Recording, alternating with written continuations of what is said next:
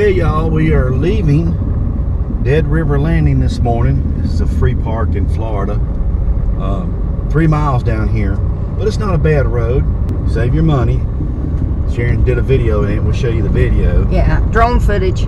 It's a great little stop to if you're traveling from off of I-10 and the weather's not too hot. Of course, you can run your generator here if you need to.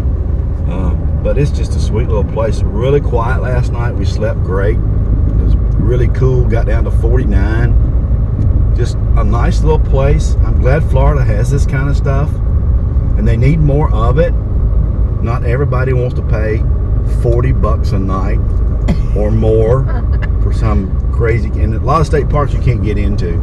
They're full with the winter folks already. They're full with the winter folks, and they just rotate around. But these places like this are great. They are just great. Florida's still buying land and getting access because you go through some private property to get here. But that's just great for a state to do that for their folks and for people using it in their travels. Non-resident, resident, still the same, no problem. You can register to do it. This is a great little place, and I'm glad Florida's working on making these even more available to people, because Florida is a very popular state for tourism. And it's a gorgeous, gorgeous morning. We're on our way to Chief Land, Florida. Right. Woohoo!